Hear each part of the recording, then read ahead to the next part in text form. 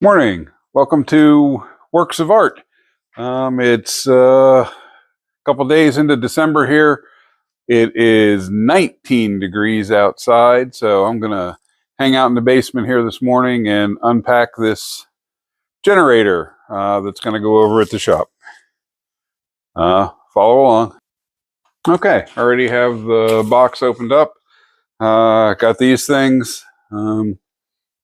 I guess sooner or later I'll have to take a look at them. There's a big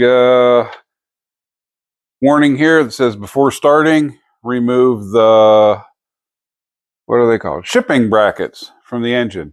I did see that on some of the other YouTube videos that I saw. All right, let's see what we got.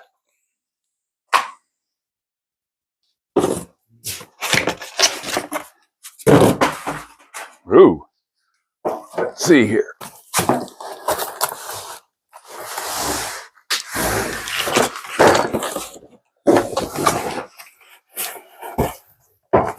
This looks like the Acme Pipe Full of Fun kit.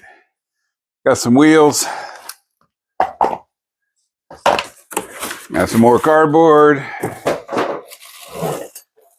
Have feet, it looks like. Have some Wen engine oil, SAE 10W30. Okay, not sure if I'll use that. I may go with some synthetic to get a little bit more temperature range because it's going to be outside all the time. LP gas regulator and hose and a couple handles. All right, that's that box. Now we have to see if we can figure out how to get this guy out of here. Probably end up just cutting the box away from the generator. Okay, you don't need to watch me do that.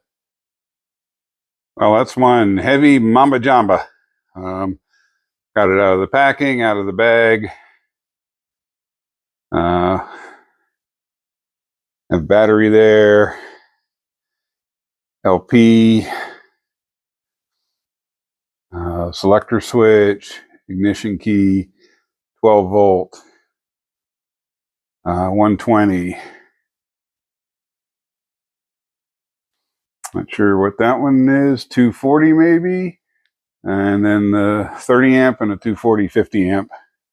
Couple circuit breakers, little grounding post. I guess next is roll this guy over and get some wheels on. Nice, just unpack the hardware kit.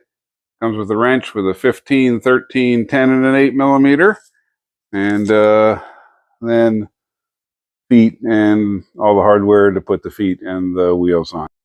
Have it up on its end, which you can do since there's no oil or fuel in it. There are the shipping brackets on the engine that need removed. And over here, this looks like where the wheels will go on either side. Okay, let's get it. Shipping brackets removed. There they are.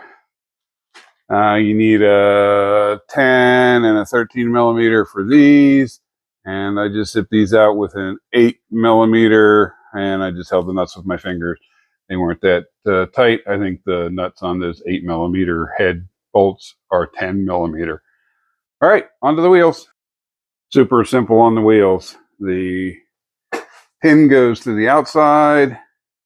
Then a washer goes between the, there you can see it, between the wheel and the frame.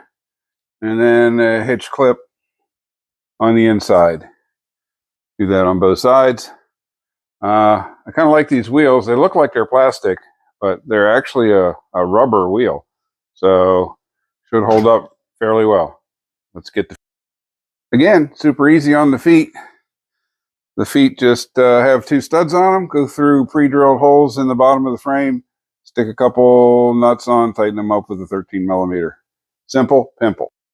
Here's the business end. Looks like the regulator or whatever for LP gas. When branded engine. If not now, when? Looks like it has fuel shutoff, replaceable fuel filter, air filter over here.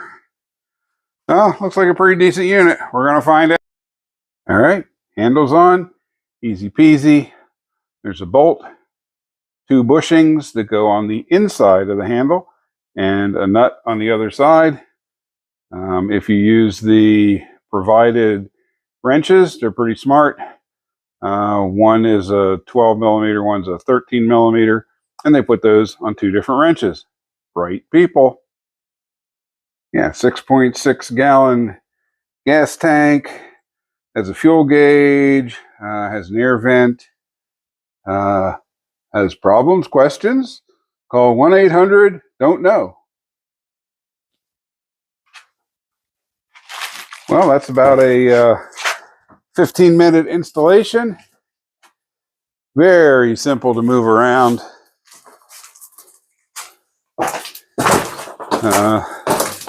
Don't know how important it is, the moving around part, because it's going to be stationary under in an enclosure and powering my shop.